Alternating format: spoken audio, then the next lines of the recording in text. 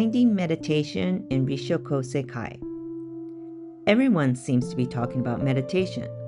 Social media is filled with meditation teachers, and hundreds of meditation apps are available in both the Apple iOS App Store and Google Play. For many people, Buddhism equals meditation. So it may come as a surprise to discover that sitting meditation is not a central practice of Rissho Kosei-kai. This raises an important question. Where is meditation in Rissho Kosei-kai? As Dharma teachers and Rissho Kosei-kai practitioners, how can we follow the example of the father in the parable of the burning house, offering the skillful means of rare toys and fascinating objects, such as meditation, that people today seek? In this talk, we'll explore the place of meditation in Rissho Kosei-kai and consider how different forms of meditation might be meaningfully integrated into its liberating tradition of Buddhist practice. So it's a pleasure to once again be with all my friends from North America in the North American Sangha, even if it's online and not in person. I am also pleased to help you celebrate Bodhi Day, the day that marks the awakening of Shakyamuni Buddha, with all of you. I hope that today we can find or we can fittingly commemorate the Buddha's awakening by working together to make strides towards greater peace and wisdom in the world, illuminating each of our corners of the planet in an effort to make a brighter world. I'd like to thank Reverend Yoshizawa, the head of Arkina, the Coordinating Center for Rissho Kosei-kai in North America, for inviting me to speak today, as well as the staff of Arkina for their efforts to make this talk possible. I'd also like to thank my colleagues in Japan, beginning with Reverend Maeda, the new director of Rissho Kosei-kai International, as well as Deputy Director Reverend Suzuki, and also the former director, Reverend Akagawa, who is now continuing his service to the Sangha as the Minister of Rissho Kosei-kai in Bangladesh and Sri Lanka. Whenever I meet with my friends in the North American Sangha, it's my goal to share something that will be of practical use to you, the Sangha members, and Sangha leaders in North America. Introducing, sharing, and practicing the Buddha Dharma in a new cultural context is an opportunity to bring liberation and peace to many people, but it's not without its challenges. I hope I can do something to help with that. Okay, let's see. Okay, good. It's working. Today, I'd like to talk about Buddhist meditation and Rissho Kosei-kai. These days, everyone in places like Canada, the United States, European countries even, everyone seems to be talking about meditation. Some observers have dubbed the popularity of Buddhist-derived meditation practice as the mindfulness revolution. You may have heard this term. Various types of meditation are taught at schools, community centers, hospitals, and even in the U.S. military. Looking at the online world, social media is filled with meditation teachers. Hundreds of meditation apps are available on both the Apple iOS App Store and Google Play. Not all types of popular meditation come from Buddhism, as there are many teachers of meditation and contemplation derived from Hindu traditions or Chinese Taoism, to name two examples. However, for many people in the world today, meditation is synonymous with Buddhism, and Buddhism is synonymous with meditation. For many people, Buddhism equals meditation. So it probably comes as a surprise to many people who first encountered Rissho Kosei-kai when they discover that sitting meditation practice is not the central practice of Rissho Kosei-kai. For those of you who are members of a Rissho Kosei-kai Sangha, I'm guessing you may have had the following experience. A first-time visitor to the Dharma Center is confused because instead of meditation, your Sunday gathering is focused on sutra recitation and sharing in a Dharma circle. So they peer into the main room of your center, and they're surprised to see that instead of meditation cushions, they see chairs, or maybe even pews, like at the Los Angeles Dharma Center. They might think to themselves, is this really a Buddhist Dharma Center? Where are the meditation cushions?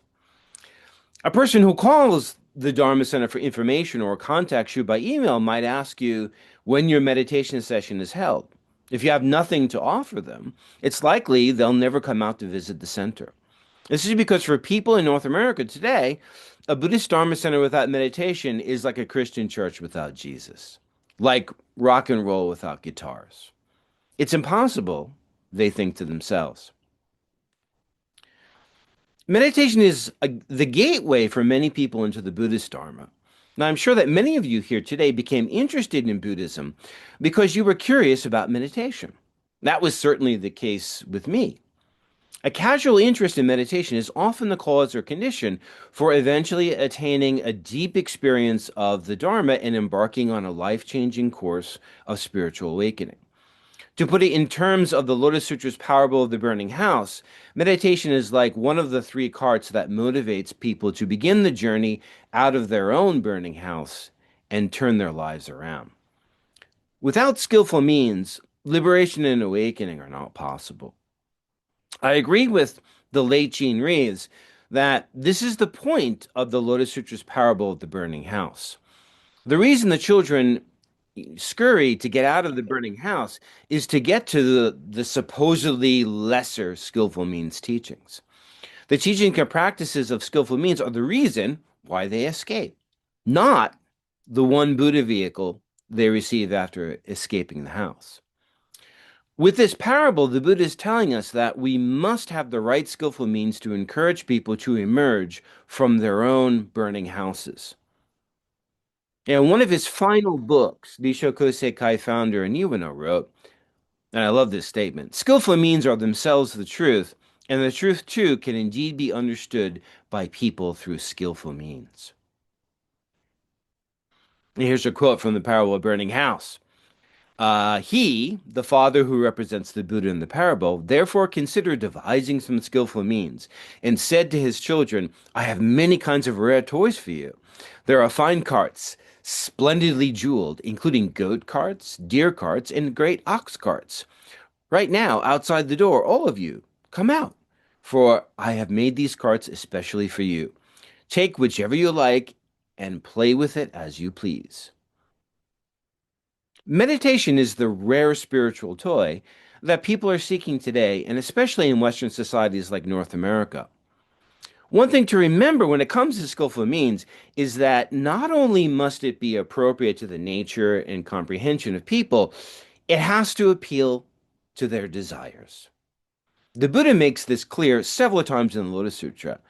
But for some reason, when people talk about skillful means, they seem to forget this one important criterion of skillful means. However, beyond the issue of meditation's popularity, I think meditation is also a very effective skill that can, or practice that can connect people with liberation and awakening. If it's part of a broader ecology of Buddhist practices undertaken in the context of a Sangha. The mindfulness revolution provides many opportunities for the spread of the Dharma, but requires a thoughtful and serious response. One response to people's interest in meditation is to tell them that sutra recitation is a form of meditation. In East Asian Buddhism, there is a concept of sutra recitation or sutra chanting samadhi. So, problem solved, right? No problem, right? Well, I agree partially, with the caveat that the situation is complicated when we consider the recitation of the sutra in European languages. Generally speaking, the characteristics of the East Asian languages, especially Chinese, allow the sutra to be chanted as a form of rhythmic breathwork and sound meditation. However, because of the radical differences between English and the various East Asian languages, it's hard, if not in some ways impossible, to produce an understandable translation of the text that can be chanted in the same way that allows one to enter a deep state of conscious concentration through breathwork and sound meditation. So here's an example I want to show you. It's from chapter 16 of the Lotus Sutra. And this is what Rissho Kosei-kai would call the Shindoku style. There's a couple of different styles of chanting. So this is kind of what it sounds like. Um, so this is chapter 16. It's what's in your Kyoten. And I think you can see the translation below the Chinese characters. And it would go something like this. It would start like Ji ga tokubutsu rai shogyo shoko shu muryo hyakusen man no kusai asogi joseppo gyoge mushu okushu jo. And it goes on like that. Very rhythmic. If you're using something like a wooden drum, it's like this. Drums, large drums will be used, and they'll be used, and they'll have a sort of beef, like a don, tsuka, don, tsuka, tsuka, don, tsuka, don, something like that. So, it's a different kind of thing that's going on than English. For example, notice how each word is a single syllable, and the sentences are mostly of the same length. The recitation is repetitive and has a beat. Chanting in this way, it's easy to enter a state of concentration. When chanting in English, this is harder to achieve. A big problem with most translations of the sutra is that translators are concerned mostly with meaning and producing a text that reproduces the original meaning accurately in English. The result is a text that is very difficult, if not sometimes impossible, to be the basis for rhythmic sound meditation. For modern Westerners, the text are some or a text is something to be read and understood. That's our culture of interacting with books. But in the context of traditional Buddhist practice, a text is not only something to be read, it's also something to be chanted, something to be sung, something to be interacted with in several ways in addition to being read for its meaning. Some translators, like the team that produced Rissho Kosei-kai's 2019 publication of the Threefold Lotus Sutra, were aware of this problem and tried to produce a text that could be chanted in addition to being read for its meaning. This was revolutionary, but in the end, I think the problem kind of still remains. Now, some Buddhist groups in the West have responded to this issue by chanting the sutras in their original Asian languages. However, most Western practitioners can't understand the sutras in their original languages, and many people are uncomfortable with chanting a text that they can't comprehend. Suffice it to say, I think additional skillful means should be considered for responding to the interest in meditation because of the mindfulness revolution. As well as there's a need, I think, to provide a form of practice that resonates with many people. But if one comes to this conclusion, then one must ask another question. How can methods of meditation be developed and incorporated by RK Sanghas in North America in skillful ways? This is going to require some thought, reflection, and trial and error. Simply adding meditative practices without considering how they might help people to experience the teachings and principles of the Lotus Sutra, or giving no thought to how the practice might connect to and reinforce other RK practices, will not, in the end, be successful. To add any kind of meditative practice without thinking about these issues it wouldn't be a skillful means. It would be more of a gimmick, um, like a clickbait. But skillful means are not simply gimmicks, promotional giveaways, or clickbait. Skillful means are skillful because they connect people to liberation from the side of suffering to awakening.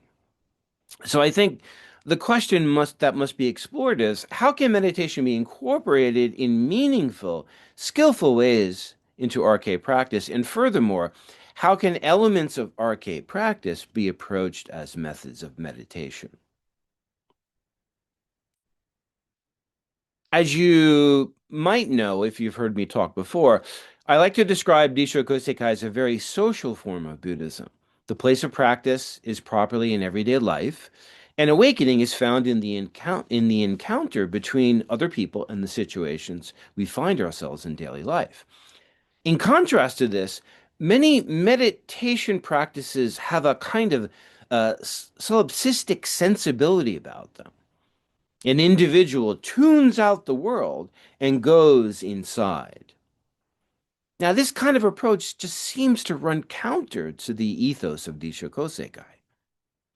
The teachings, language, and stories of the Lotus Sutra and Lotus Sutra Buddhism are central to RK practice. In contrast, many popular meditation practices have origins in other types of Buddhism. So, to the extent that you integrate meditation practices, they'll have to be contextualized in the language of Rissho Kosei-kai. They will also have to connect people to the truths of Rissho Kosei-kai Buddhism that bring liberation and awakening to people.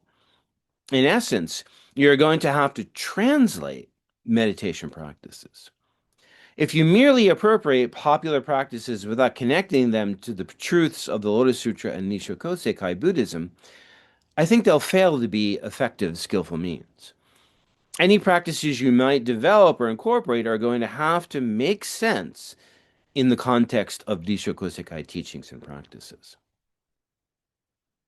Now, when I first began planning out this talk, I was going to speak about why, when compared to other Buddhist groups, sitting meditation is not a main practice of Rissho Kosei-kai. I also wanted to speak to why meditation has become synonymous with Buddhism, how it's become the be-all and end-all of Buddhism, as Westerners see it. And also, I was thinking about speaking to some of the issues of how meditation and a meditation-focused Buddhism are being adapted into Western cultures. But if I speak about all these issues, that will leave me little time to focus on practical strategies for the adoption of meditation and the development of techniques at your Dharma center.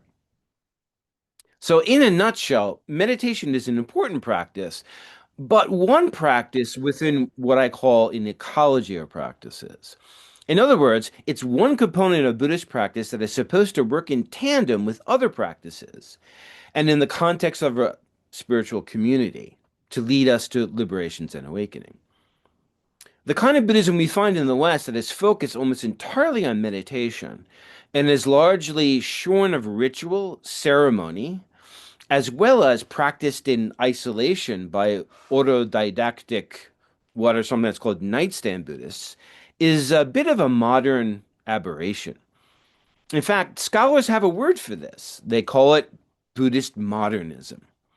What people encounter in the West today is not, as they may think, an unchanged form of Buddhism going back thousands of years.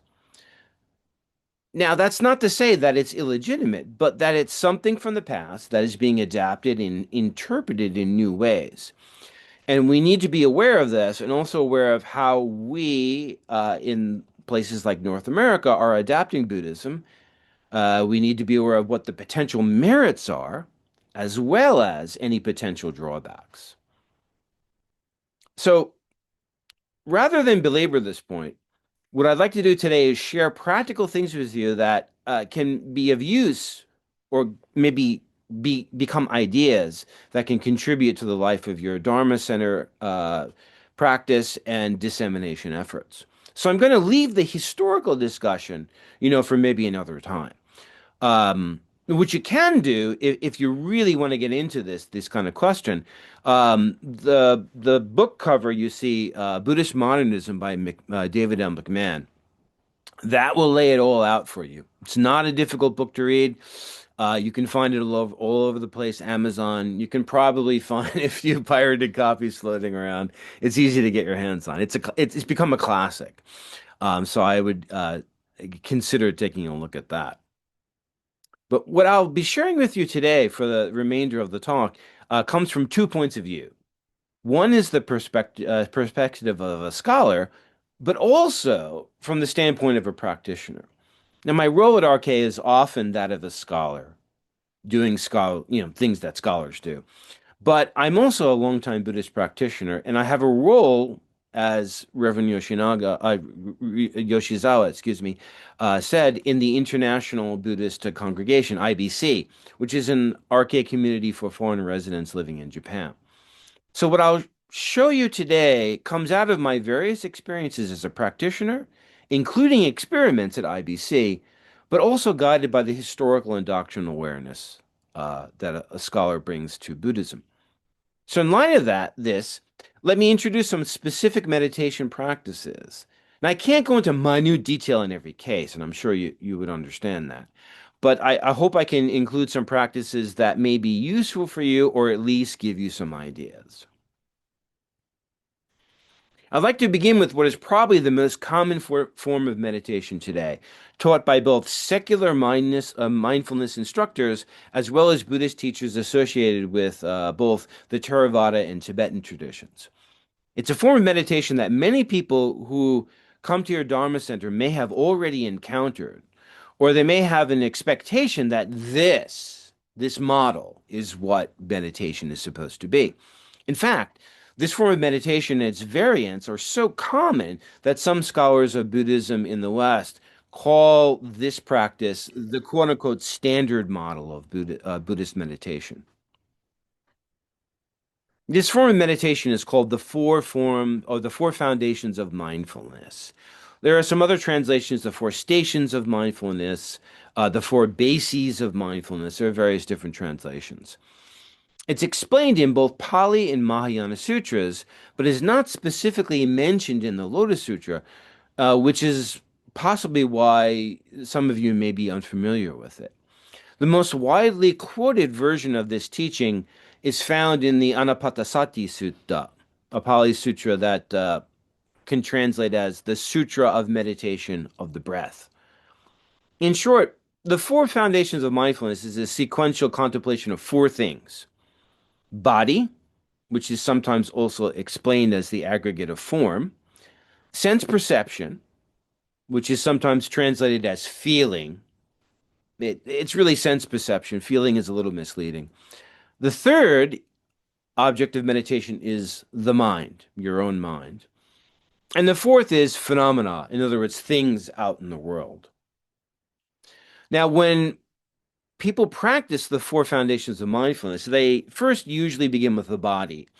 And this most often begins with the breath, observing the breath, or sometimes counting it. The second stage is observing your own sense perceptions and how you react to them. The third stage is to observe your mind. The fourth stage is to contemplate phenomena, the things in the world. The ultimate purpose of these contemplations is to realize how the body, sense perceptions, the mind, and phenomena are constantly changing and impermanent. The point is to realize that there is no permanent, unchanging self, nor any permanent, unchanging phenomena in the world. This meditation is essentially a deconstruction of the self and a refutation of how we normally think of our experience. The body, and these are the sort of the goals of this meditation traditionally, the body is realized as impure, sense perceptions are realized as suffering, the mind is realized as impermanent, and phenomena are realized as having no substantial, unchanging condition or permanent nature. In other words, no self. Now, this is the kind of practice that the Shravakas who appear in the Lotus Sutra were adept at. The practice helps remove the attachment to self and awakens one to the impermanence and the emptiness of things. But as the Lotus Sutra seems to be saying, this practice can be viewed or can be fall into a kind of way of being a solipsistic and life-negating practice if one does not also cultivate compassion and engage in bodhisattva practice. In the acknowledgement and remorse of the four great Shravaka disciples of the Buddha that begins chapter 4 of the Lotus Sutra, there seems to be a critique of the limits of this kind of practice. And here's a quote from the Lotus Sutra. We, the leaders of the Sangha, are worn with years, believing that we had already attained nirvana and that there was nowhere further for us to go. We did not go on to pursue supreme perfect awakening, our thoughts intent only upon emptiness, the absence of all attributes, and non-production. We focused on all things being tranquil and empty, without origination or cessation, neither great nor small, undefiled and unconditioned. Since such was our thinking, we never conceived of joy. So reading this passage from this perspective, this popular form of meditation today would not seem to be a good fit with RK's teachings about interconnectedness, reverence for Buddha nature, and bodhisattva practice. The ethos of this practice would not, seem to sort of fit RK very well. However, I think there are ways to practice the four foundations of mindfulness that lead to realizing that which always abides, Buddha nature, awakening to self, in other words, the great self, the universe, the one great life, as RK talks about it. Also, the purity of one's oneness with others, and the bliss of a quiescent heart and mind that is free from delusions. So if you've read the Lotus Sutra very carefully at BFT, you know what we're talking about here is the statement of the mindset of the eternal original Buddha that appears in the closing sutra in BFT 540. It's a different ethos, right? It's very positive, very affirmative, not negative like the four foundations of mindfulness seems to be. But how to adapt this to a more of a positive, affirmational way of thinking and looking at the world, Thich Nhat Hanh provides a great example. I'm sure I don't have to really introduce him. I think you're very familiar with him. He's a very famous Vietnamese Buddhist monk who was very influential in establishing Buddhism in the West. Thich Nhat Hanh developed the four foundations of mindfulness into a practice that awakens one to the fact that they are interconnected with everything else, everyone else, and brought to life by the things outside oneself, ultimately extending to the entire universe. Thich Nhat Hanh taught how to contemplate the body, sense perception, and mind all in that he taught that they were all in some way derived from or conditioned by things outside oneself. All of the components of what we deludedly think are our independent and unchanging self are actually caused or conditioned by things outside of us. In other words, in Thich Nhat Hanh's approach, the goal of the four foundations of mindfulness is to realize that one is interconnected with everything and caused to live and sustained by myriad things. And because of this, we are ultimately one with the universe. Our bodies derive from what we ingest, right? The things we ingest in turn are derived from the minerals in water on Earth, for example. Ultimately, these are composed of the carbon spread throughout the universe. Our bodies are also supported by the oxygen we breathe. In addition, another cause for our existence is our parents and ancestors. Our bodies are conditioned by all of these factors, and if we trace these relationships, they lead to an innumerable number of causes and conditions that literally pervade the universe. We can also contemplate our sense perceptions, even our minds in the same way. The random thoughts that we are having at any moment are not independent of the things in the world outside of us. Thoughts just don't simply arise of their own accord. There's a process of causes and conditions that connect us to the world that's going on all the time. The images, the ideas, the inclinations that we have are all conditioned by something outside of us. Our very minds are intimately interconnected with the world around us. As Thich Nhat Hanh explains, we can do the contemplations in the four foundations of mindfulness to see that we are part of the great body of reality. And in order to see that great body of reality as indivisible, as he says, the great body of reality cannot be cut into pieces with separate existences of their own. He instructs us to observe these components that make up ourselves until, he says, you see that each of them has an intimate connection with the world outside yourself. He also says that we should meditate on them until we are able to see the presence of reality of oneness in ourselves, and also see that our own lives and the life of the universe are one. Additionally, when we contemplate phenomena, we see that all exist because they are caused by myriad things. As he explains in one of his examples, a simple wooden table is due to the existence of the forest where the wood was cut, the carpenter, the iron ore making up the nails and screws that hold the table together, even the ancestors of the carpenter, as well as the sun and rain that nurtured the trees of the forest that provided the wood for the table. So I think here you can see where Thich Nhat Hanh's adaptation of this mindfulness practice links up with the teachings of Rissho Kosei-kai. Wet because of my perspiration. Following Thich Nhat Hanh's lead, I think the four foundations of mindfulness can be practiced in a way that connects to Rissho Kosei-kai's teachings. I think you all know the sort of adage or the way of talking in Rissho Kosei-kai, given the gift of life and sustained, first by those around us, our ancestors, but ultimately everything in the world. We are brought to life and sustained by an infinite web of causation that is the entire universe. This universe is a great system of life, the great life, and we are one with it, as are all other things. This great life is within us, we within it, thus we are all within each other. So we are all the great life of the universe. In terms of the Lotus Sutra Buddhism, we can call this great life 3,000 worlds in a thought, and we can also call it the eternal original Buddha. Abandoning the deluded notion of an isolated substantial self that exists under its own power happens by realizing our oneness with the universe. This is described by founder Niono as abandoning the small self and realizing the great self. This great self is the realization that the eternal original Buddha pervades the entire universe, including our bodies and minds. In Buddhism for Today, founder Niono describes realizing the great self as the peace of mind attained by eliminating the egotistical small self and awakening to the great self. This great self is a free and unimpeded state of having realized universal Buddha nature.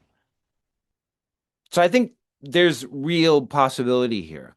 For further details, I would suggest taking a look at Thich Nhat Hanh's book, his first book, The Miracle of Mindfulness, especially chapter 6, as well as his book, The Blooming of a Lotus, which is a compilation of all the different methods of meditation that he taught at his place of practice at Plum Village in France.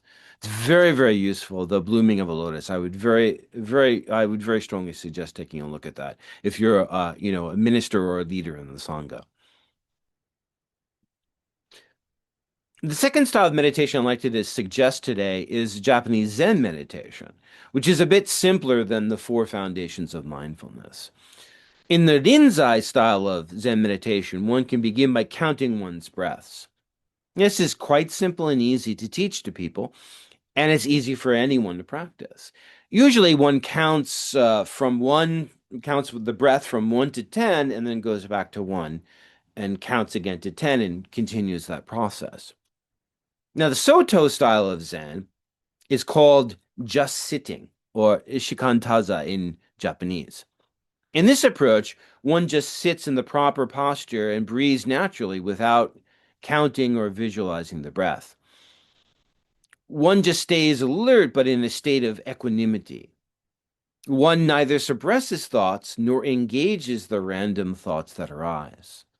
One just notices the thought and lets it float away, without engaging it or allowing it to draw us into a kind of internal dialogue. We don't get tied up and dragged away by the thought.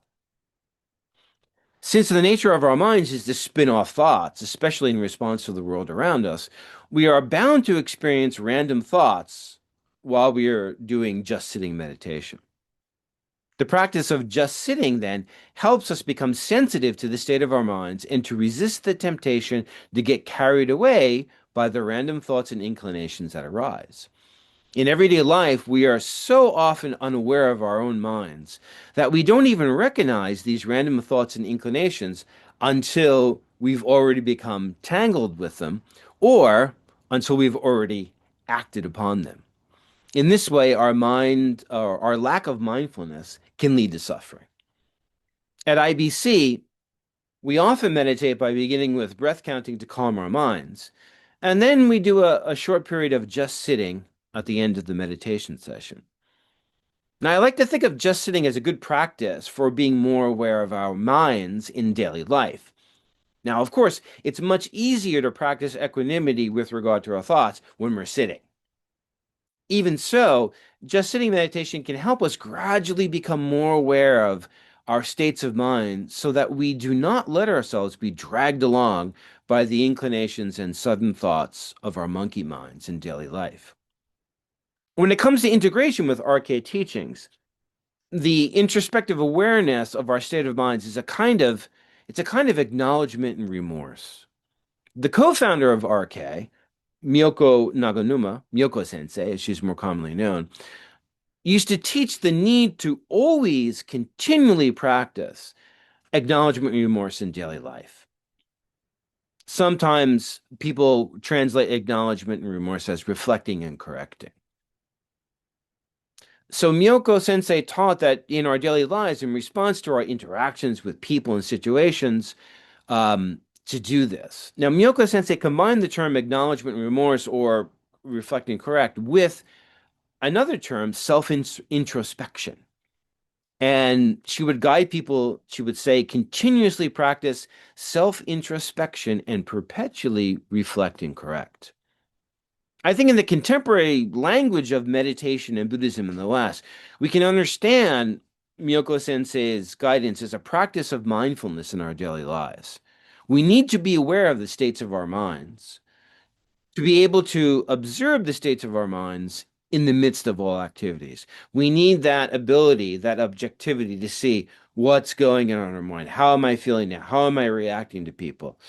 And just sitting in awareness, this just sitting style, is good practice for developing the equanimity to constantly practice self-introspection and perpetually reflecting correct.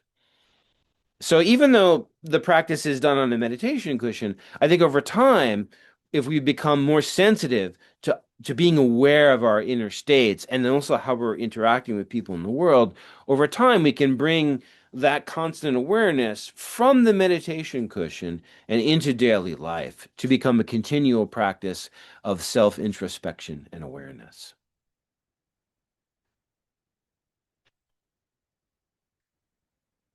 Since an early point in the history of Rissho Kosei-kai, the focus of recitation has more been on the reciting of the sutra than the Odaimoku, the title of the Lotus Sutra. This doesn't mean, however, that the recitation of the Daimoku as a form of meditation has been entirely absent from Rissho Kosei-kai. As a meditative concentration, the recitation of the Daimoku has certain advantages over reciting the sutra in English, as I think focusing on the words and the sounds of the Daimoku is an easy way to concentrate and calm the mind.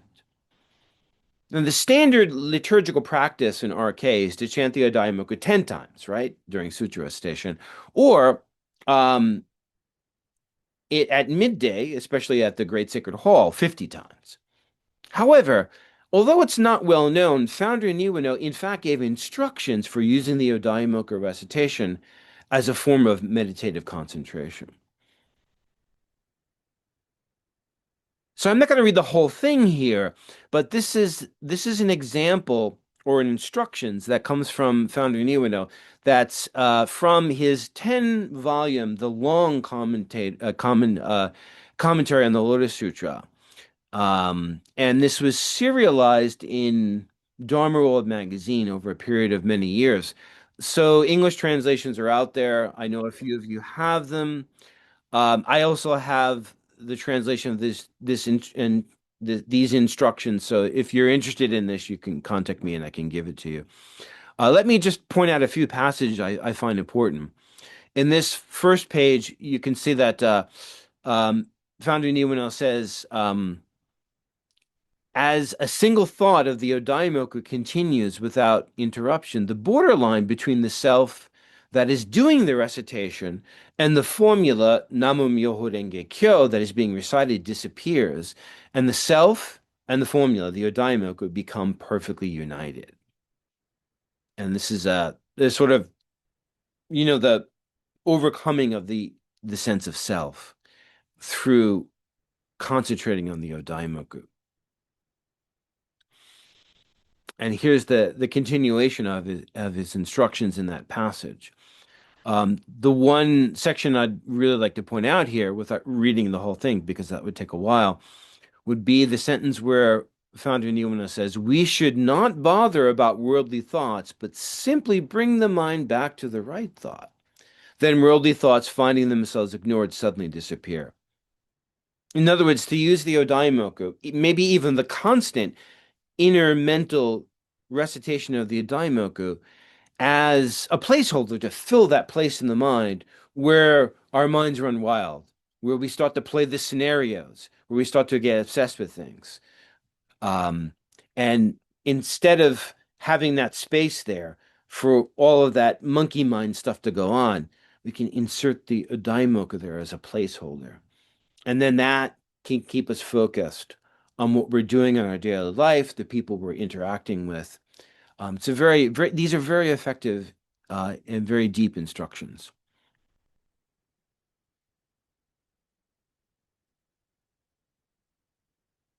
Now, as many of you are probably aware, you can chant the Odaimoku in unison, for example, at the Dharma Center, with the Sangha, and it can lead to a very strong feeling of oneness with all the other people at the center, especially when it's chanted with the accompaniment of drums.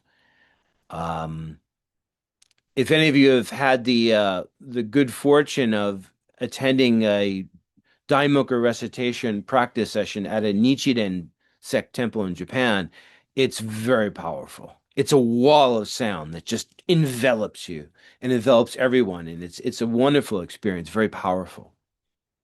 An effective way to lead to deeper concentration is for the chanting of the Daimoku to begin slowly, gradually increase until a high pace is reached, and then maintain that high speed Odaimoku for some time, and then eventually gradually slow down until you return to the original slow pace that you began with.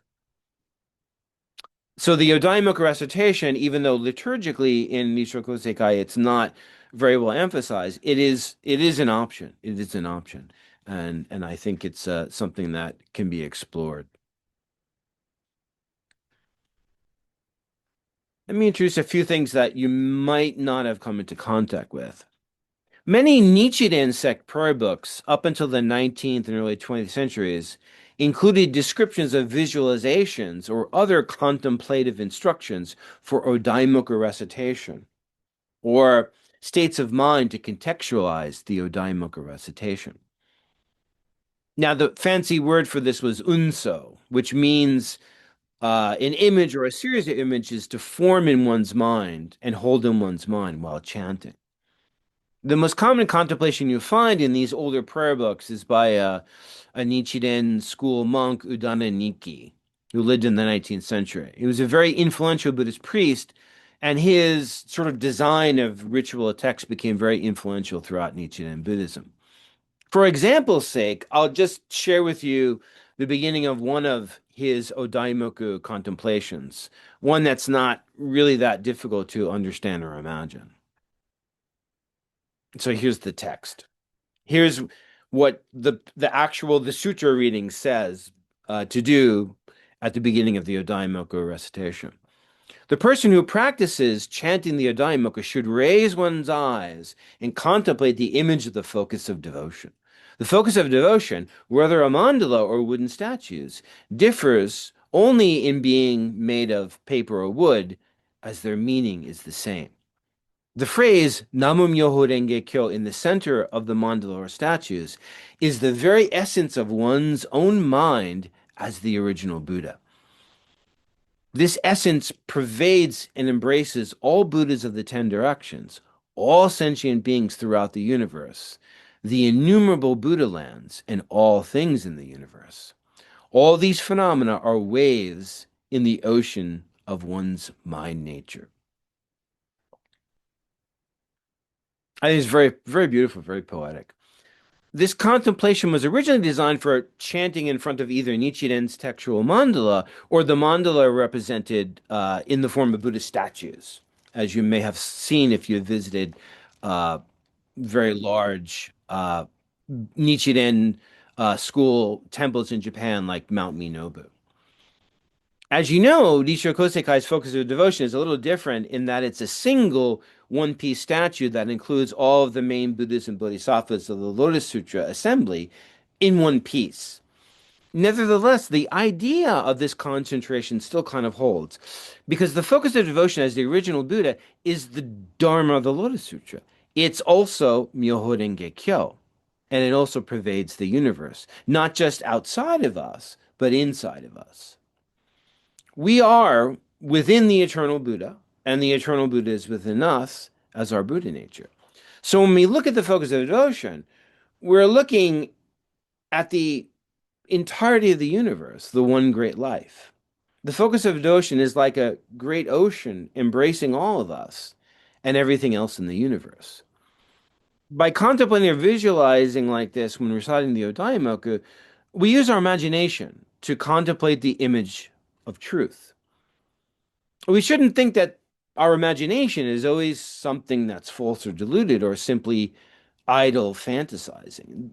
The imagination is critical to the spiritual class, and it's a very important part of the Lotus Sutra. To continue in this vein, I'd like to suggest that Rissho Kosei-kai's Kyoten Sutra readings is a wonderful guide for imaginative contemplation. Take, for example, the meditation on the place of the way. We can feel its reality much better if we have an image in our hearts when we recite it. So the meditation on the place of the way, talks about the place where the Buddhas are awakened, the place where they institute the teachings, and the place where they go into parinirvana. So it's referring to three places that are the primary pilgrimage points of Buddhism throughout its history. The Deer Park in Sarnath, where the Buddha first taught. And there's an image. You can have an image in your head or in your heart. Kushinagara, where the Buddha entered parinirvana. So the place where we practice, we are in tranquility and peace in the midst of all situations. Lumbini is not specifically mentioned, the place where the Buddha was born, but wherever we practice, we're bringing Buddha or Buddhahood into the world. So therefore, every place we practice is Lumbini, is the Buddha being born. So when we talk about, we can just repeat where we could concentrate on the words and the sounds and repeat the meditation on the place of the way. But there are ways that we can, in the moment, keep in our minds these images of instituting the teachings, going into parinirvana or being in peace, and much better just help us feel the recitation and maybe prevent ourselves from doing it formalistically just to get it over. It's what we do before we chant the sutra. Let's go through it and just get to the sutra, right? The main meat and potatoes.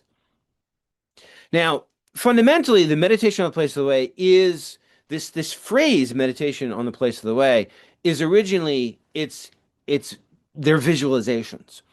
Although the text that Rissho Kosei-kai uses, the actual passage, is from from chapter 21 of the Lotus Sutra, this term, meditation on the place of the way, derives from tantric Buddhist practice, where it's always a visualization. So in meditation on the place of the way, this term that we've translated as meditation is the Sino-Japanese word kan, which is a version of the Chinese character that means to see, to perceive.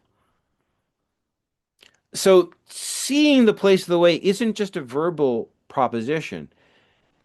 It actually means to see in the sense of observation or perception in one's mind's eye, this place as the place of the way. So seeing an image in our hearts over time in our practice can make us feel it that much more. It helps us bring the reality of the truth of the meditation on the place of the way to us.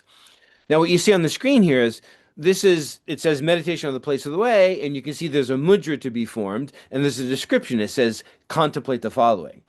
And so you can see that this this phrase or this idea of beginning your recitation with setting yourself in the world, essentially setting yourself in the center of the world, is how you begin. So when we translate as meditation, it's not quite getting rid of really sense. It says see yourself in the center of the world, because where you practice is where the Buddhas awaken, where the Buddhas are instituting the teachings, and where they are in nirvana. Now, there are also traditions of doing philosophical contemplations with recitation, and instructions for these are also, sometimes found in older Nichiren sect compilations of sutra readings. One set of instructions is a form of contemplating the truth of emptiness, the truth of conventionality, and the truth of the middle way. And if you want more on that, it's explained very well by founder Niuno in Buddhism for Today, page 244. Essentially, these are the three aspects of the reality of all things, the true reality of everything. Everything has these three sort of aspects to it. Now, I'm not going to go into this kind of meditation in too much depth, but I just want you to know that it's an option when it comes to approaching recitation as a form of contemplation. So here's one example. So this is an instruction for contemplating emptiness, contemplating that all things come together because of causes and conditions. Therefore, they are not solid, they are not permanent, but always constantly changing and dependent on those causes and conditions. And here's the instructions. And this would be sort of mentally what's going on in your head as you're chanting the sutra. And of course, it assumes that you're kind of already adept at chanting the sutra. So it's called an internal contemplation, or a kind of naikon in Japanese. Reflect well on the sutra you're reciting. And mainly this is talking about, the sutra that you're coming out of your mouth and what you see on paper. What is the sutra? Is it the scroll, the paper, the ink? Is the sound produced by your mouth or the coordinated movement of your tongue and palate? Is that the sutra? And furthermore, is there an independent self who recites the sutra? Can an independent self be found in your mind, in the mouth, both in the mind and mouth? And it concludes this section by saying that this contemplation, which realizes the absence of any absolute existence in the reciter, as well as the sutra itself, is the contemplation on emptiness. So this is only one side of the three. So these instructions go on with a contemplation of conventionality and also of the middle way. But I'm just showing you, for abbreviated version here, it's just focusing on the emptiness. And those of you who have practiced Tibetan Buddhism might have come across similar language and analytical contemplations in Tibetan Buddhist practice. Now, RK doesn't really emphasize analytical contemplation very strongly, so I don't want to dwell on this too long, but just be aware that it's possible to integrate such contemplations into sutra or a Daimoku recitation if that's the kind of skillful means that is called for in your situation. It's all about what's called for, because skillful means is essentially appropriate means. When it comes to contemplative approaches to the Daimoku, there's another visualization that might be of some interest. This contemplation actually has roots in early Buddhism. There was a practice in which one contemplated one's body made up of what were called the elements. When we can think of them as the qualities of phenomena that pervade everything in the universe. These begin with earth, which can be understood as meaning the aspect of phenomena and also ourselves, that is solidity, structure, strength, endurance, groundedness, patience. Next comes water, which is moistness, cohesion, but metaphorically adaptability, connectedness, and so forth. The third is fire, which is, of course, heat, but also means or suggests transformation, light, passion, motivation, and courage. Fourth is wind, which is movement, mobility, creativity, and alertness. And finally, there's space, which is openness, spaciousness, receptivity, and clarity. So these 5 elements or qualities of phenomena were thought to pervade the entire universe. Now, the point of making such a contemplation was twofold. First, it was to break down the sense of a solid unitary self. In other words, what I am is I'm made up of these elements, right? But it was also to contemplate your oneness with all things. By seeing oneself as made up of all of these elements or qualities, the diluted sense of self is deconstructed. But seeing that one is composed of the very same elements or qualities that make up everything else, one also sees that one is integrated into the entire universe. Now, in the medieval Japanese Tendai Buddhist tradition, which is where Nichiren began, and then later in the Nichiren tradition, the 5 syllables, the Daimoku, were correlated with these 5 elements. The logic for this was that Myoho Renge Kyo is not merely the name of a book.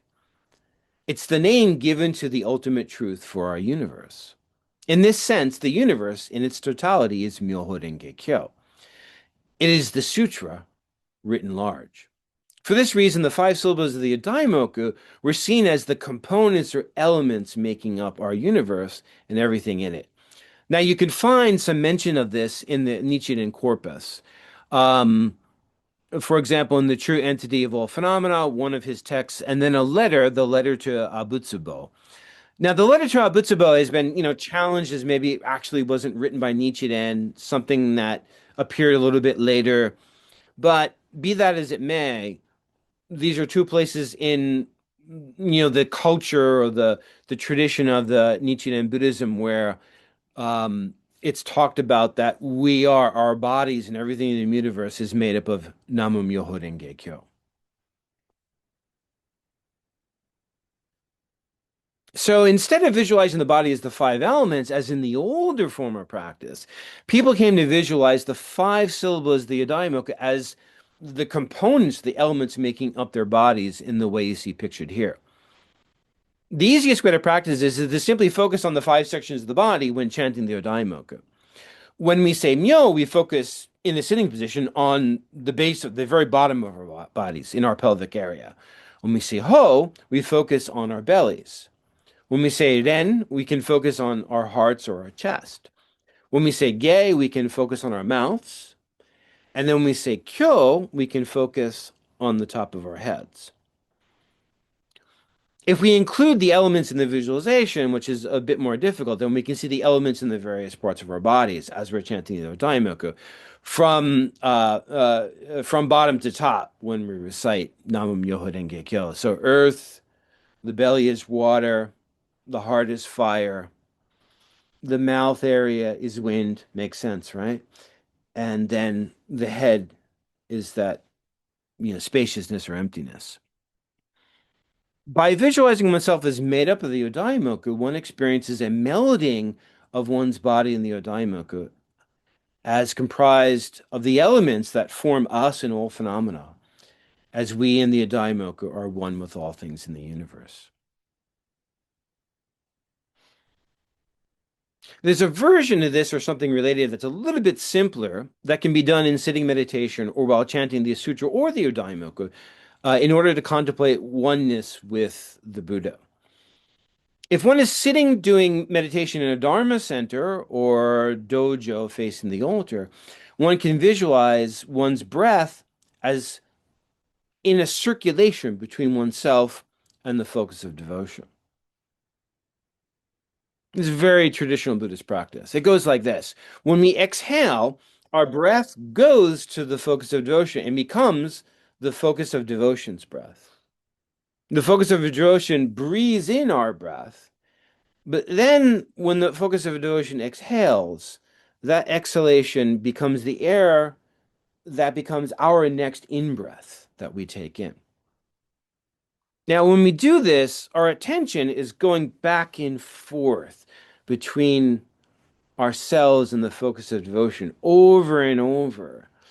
And this, over time, tends to soften that subject-object distinction between us and the focus of devotion, leading to a feeling of oneness or kind of interfusion with the focus of devotion.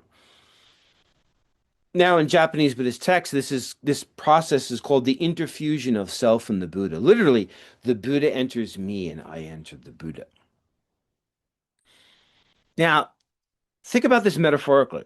As you know, breath also has the meaning of life. In Latin, the word spiritus means breath, but also the breath of life, and it's the origin for our English word spirit. In Sanskrit, those of you who practice yoga may know this. In Sanskrit, the breath is prana, which also means life breath, life force, vital energy. So there's this association between this notion of vital energy, the power of life, and breath.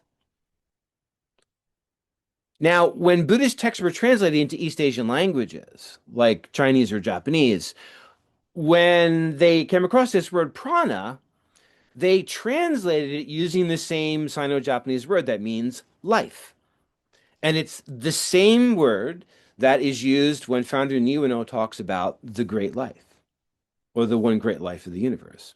So symbolically and metaphorically, this imagery of breathing in the breath of the Buddha is a symbolic method of contemplating that we are, for example, in the language of Rissho Kosei-kai, given the gift of life and sustained by the original Buddha.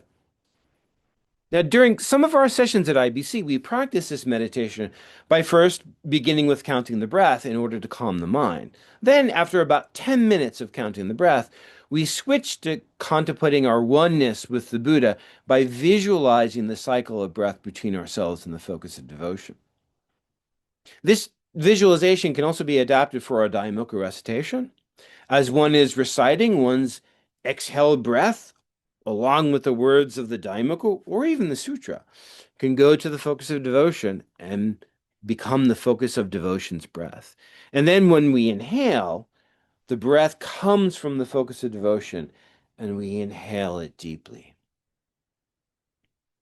And of course, this meditative recitation can be done individually or as a group at the Dharma Center. So it doesn't have to be just a silent individual practice. It can be done as a group, which is really fantastic. So let me shift gears a little bit and talk about, suggest a meditation that's a way of reading the sutra. Now, although recitation is a daily part of practice, RK members also, of course, read and study the sutra. Reading the sutra can also be done in a contemplative fashion, whether as an individual or practiced together as a group. We can do this by adapting a way of reading called Lectio Divina, or sacred contemplative reading. This practice was originally a meditative way to read sacred texts that was practiced in medieval Christian monasteries. But in recent years, it has been revived not only by Christians, but also by educators in secular, using secular versions of the practice at schools and universities. When we do Lectio Divina, the goal is not to read the text to gain information or analyze it, but to meditate on the text, to let it speak to us, and allow it to give us guidance that leads to self-transformation. In other words, we're interacting with the text, seeing the text as something that's alive. It's not just something to analyze. It's not just something to read and find, oh, I see this teaching here. I see this teaching there. Click, click, and clicking off like a check marks of like, oh, I find everything I think should be there. No, stay open to it. Let it speak to us. Approach it as something living. So the practice of Lectio Divina includes 4 basic movements. The first, of course, is Lectio, or reading. The second traditionally was meditatio. And in Lectio Divina, this second stage, after you're reading the text for a while, and you usually use a short passage, not a long passage, but what in the text jumps out at you? What grabs you? What sticks in your mind? Where is your attention drawn in the text? It could be a phrase. It could be just one word. Concentrate on that. Meditate on that. And then the third section, or oratio, is prayer, or sometimes it's considered the response of the text to us. We think, we ponder, what is the text saying to us? How is it speaking to us? What is our message? What is it telling us? Now, of course, the text is the words of the Buddha, so it's really, what is the Buddha telling us? And then the fourth step is contemplatio, which is a contemplation of, or a consideration of, I have this message from the Lotus Sutra. How can I put it into practice? If I put it into practice, how can it transform me? What is required of me to put it into practice? You can see here that like each movement builds on the previous one. And it's not reading the text to get something, to rip something out of it, to look for information or to analyze it.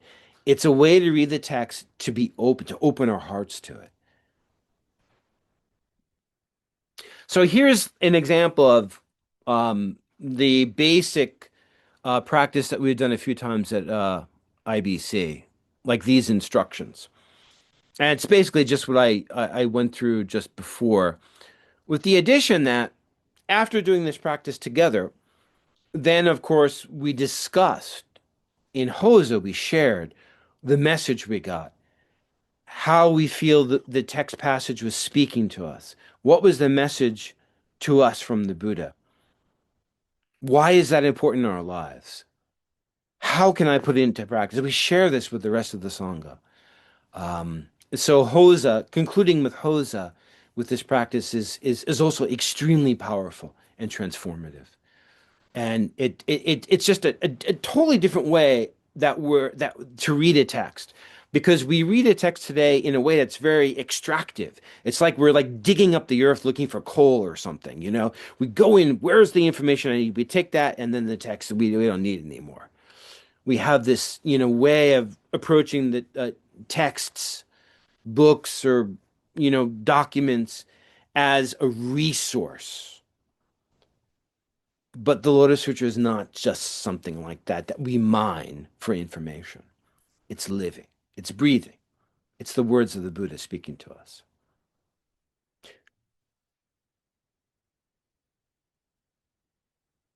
So getting at to the last sort of idea I'd like to share with you. As I noted in my introduction, the place of practice in Rissho Kosei-kai is everyday life, right? It's not just some like meditation cushion, or it's not when you just chant the sutra in the morning, you got to take that out your door. Got to bring your practice with you, right? As the sign that's on the door leaving San Antonio Dharma Center, take your practice with you. That's a great sign. I love it. So that's the place of practice. The encounters with other people we have, and then the situations we encounter, right? But if this is true when it comes to meditation, I think we also should consider ways of contemplative or meditative practice that happen between people. And this would fit the ethos of Rissho Kosei-kai's form of Buddhism. The ultimate goal of meditative and contemplative practice is to abandon the small self and awaken to the great self. Now, that great self includes everything in the universe, but especially the living beings that are in our world. So why then, think about this, why then is meditation always performed in a way that pulls us back from the people around us to go inside? If our goal is to realize our own interbeing with the great self that is the totality of our world, including all the living beings in it, then why don't we practice a meditative contemplation by interacting with the people around us with whom we are in a state of interbeing? Now, one religious thinker that I know who asked a question like this was the rabbi and philosopher Martin Buber. Buber was a student of Jewish and Western mysticism, but at a certain point he abandoned traditional forms of mystical thought. Instead of a solipsistic mysticism, Buber began to explore the encounter with other people in the world around us as a way of getting in touch, getting in touch with the universe, in which dialogue with the other is a religious and mystical practice of being open to and beholding the other. Buber tells us that religious experience touching the ultimate reality of all things doesn't have to be something done by abandoning the world and going inward, but by deeply engaging the people and the things around us in the world in a relationship of dialogue. I think this proposal resonates very strongly with the Buddhist understanding of the world as interbeing. Now, obviously, Buber wasn't a Buddha, he wasn't a Buddhist. So I don't think that we can simply adopt all of his ideas, but I think we can certainly take them to heart and gain inspiration from them while remaining rooted in Buddhist ideas and practices, particularly those in the Lotus Sutra tradition. So, with some hints from Buber's mysticism of dialogue, I'd like to now consider some ways to develop a meditative contemplation of the encounter in Rissho Kosei-kai practice.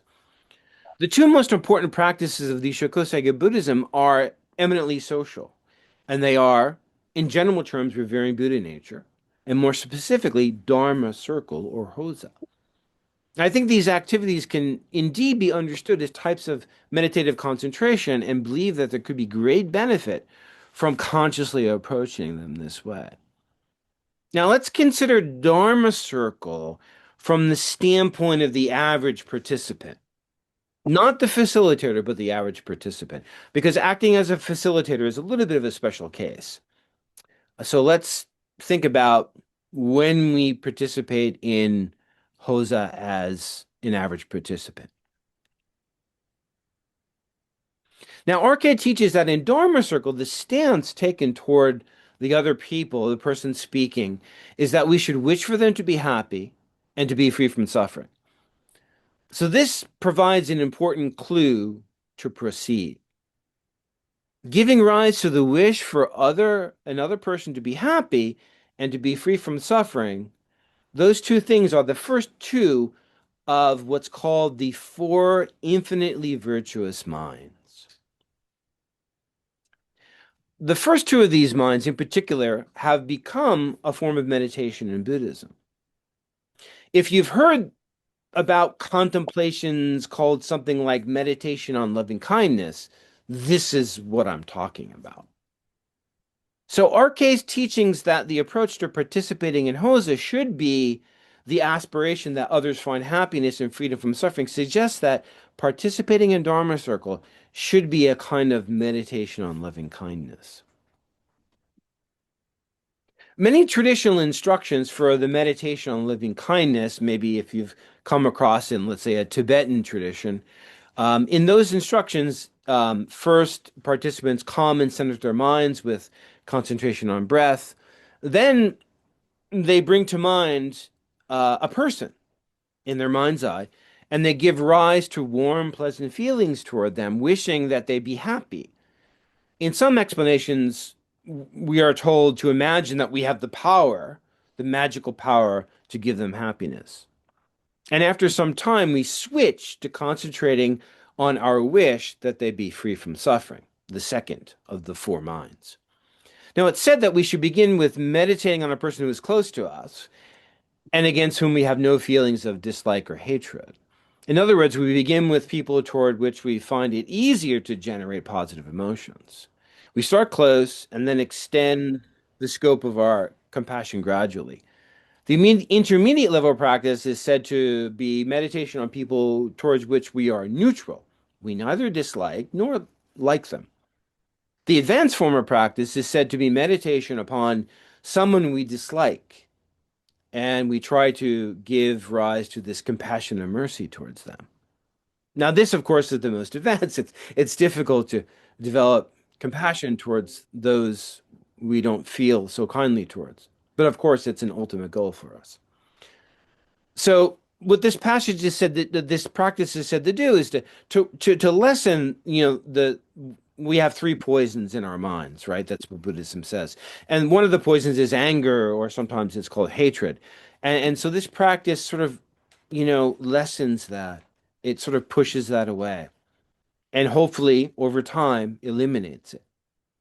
And then we can expand the scope of our compassion. So the end goal, of course, is the universal compassion of the Buddha, deep, fathomless compassion for all living beings. And normally, cultivating the infinitely virtuous minds through meditation on loving and kindness is a kind of virtual practice, right? Like you're imagining people, like in your mind's eye. We do it with the other person in our minds in an imaginal place.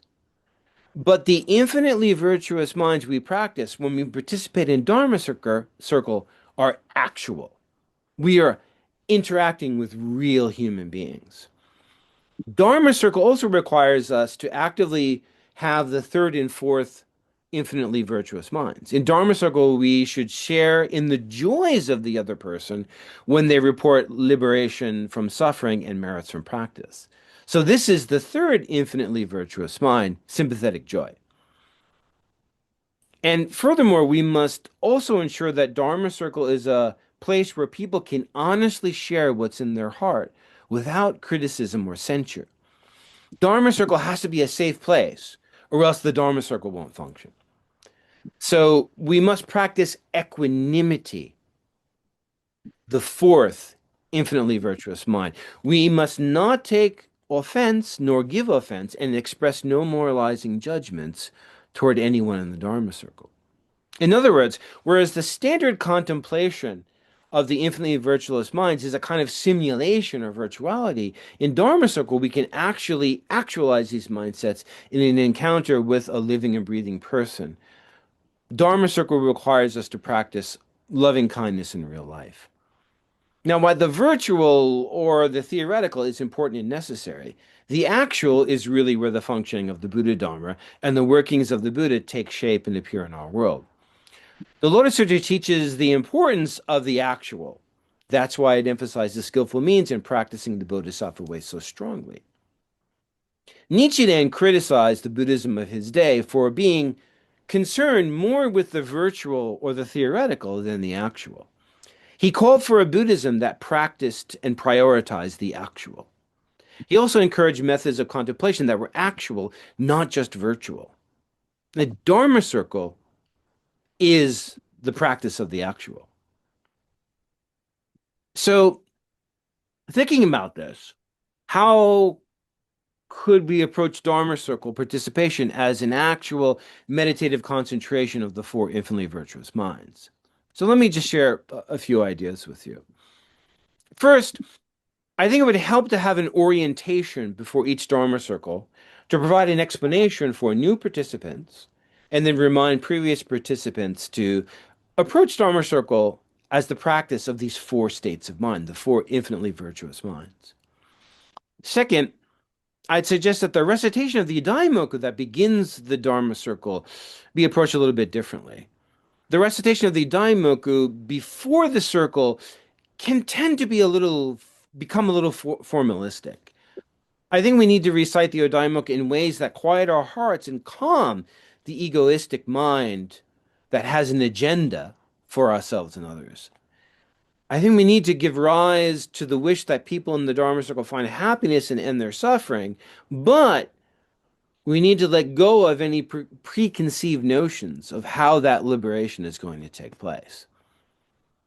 In other words, to set down our own agenda for the situation and invite the workings of the Dharma. In other words, the agenda of the Buddha or the Dharma arrangement. I think to get into such a mindset, it would help if the Daimoku beginning Dharma circle is done very solemnly, perhaps maybe 10 slow recitations, inhaling deeply and exhaling slowly while voicing the Daimoku. Often in our culture today, we don't really listen to people to actually hear them, but we listen to formulate an answer towards them. Even when we mean well, it's easy for us to be drawn into an inner dialogue that's concerned with our arrangements and our objectification of the other person. Even when we mean well, we can become captive to this type of inner dialogue and we take our attention off the speaker and then we're thinking, oh, they should do this and I'm going to tell them this, but. And when that happens, we cease to be in any encounter with the other person. So we need to focus on the other person, the person speaking in Hosa, but not in a way that objectifies them, not in a way that's calculating. It's tough. How can we avoid this? I think one skillful means could be to quietly recite to ourselves in our minds the Odaimoku or a mantra. This can fill in that mental place where we might start formulating an answer to the other person and stop actually listening to them. So if this place in our minds is filled with a kind of that placeholder of internal chanting, we can better focus on the person speaking in the Dharma circle. And we can think to ourselves, I want this person to be happy and free from suffering.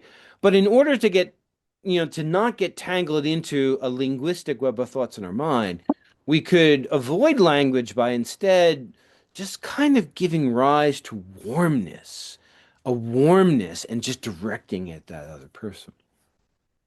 We can also focus on the other person while imagining the two of us breathing into each other, just like the interfusion of the self and Buddha I described before. The benefit of such a practice would be that it encourages concentration on the other person in a way that's open and keeps me open to them, because when I breathe in, that breath is coming from them into me. So it encourages an openness to the other person. And the oneness we wish to achieve ultimately with the other person isn't a oneness that obliterates ourselves or them into some kind of single totality. If we're in a totality and I and them both disappear, then there's no more encounter. You can't have an encounter in totality. What is needed is a sense of oneness in which I am in them, they're in me, but I am nevertheless still me, and they are nevertheless still themselves. Kind of like I think of the lyrics of the old Beatles song, I Am the Walrus, right? Now, this may sound strange, and maybe the way I'm describing this sounds like I have actually ingested some psychoactive substances. But, I'm trying to describe a oneness that doesn't obliterate the precious uniqueness of ourselves or the precious uniqueness of the other person. And there's another reason why we don't want to objectify the other person, and that's because we need to accept the feelings and the words emanating from the other person as the message of the Buddha for us. We take their suffering as our own, we see their struggle as ours, and we take what the Buddha is teaching them as a lesson to us, as the Buddha's words for us. This is something that is unique to Dharma Circle and that you're not going to find in the traditional Buddhist loving kindness meditations. We have to be open to the Dharma arrangement, right? We must be open to the Buddha working on us through that other person. If we and the other person inter-are, then their delusions are our delusions. Their shortcomings are our shortcomings. And their reflecting correct is our reflecting correct. Furthermore, the responses, questions, or gentle promptings from the Dharma Circle facilitator aren't just for the person speaking, they're also for us. I think if we can discover the Buddha's message for us, coming from the other person, then we are achieving the non-dualistic compassion of the Bodhi concept. So these are just some ideas to approach and to think about Hosa as a meditation, as a powerful contemplation, not virtual, but actual. So I know I've thrown a lot at you today. Most of these things are things that we've explored in IBC. We've tried them out. So these are I don't want to say it's a recipe or a cookbook, but it's coming not just out of, sort of a scholarly analysis or something like that, something theoretical, but actually from a place of practice. And I wasn't able to go into, really deep detail on everything, but of course, I can share whatever materials I have with any of you who are interested. But now, in the time that remains, so I'd like to hear from you. What ideas do you have about meditation in RK? What practices have you tried or developed in your sanghas? So let me hear all about it. Thank you very much.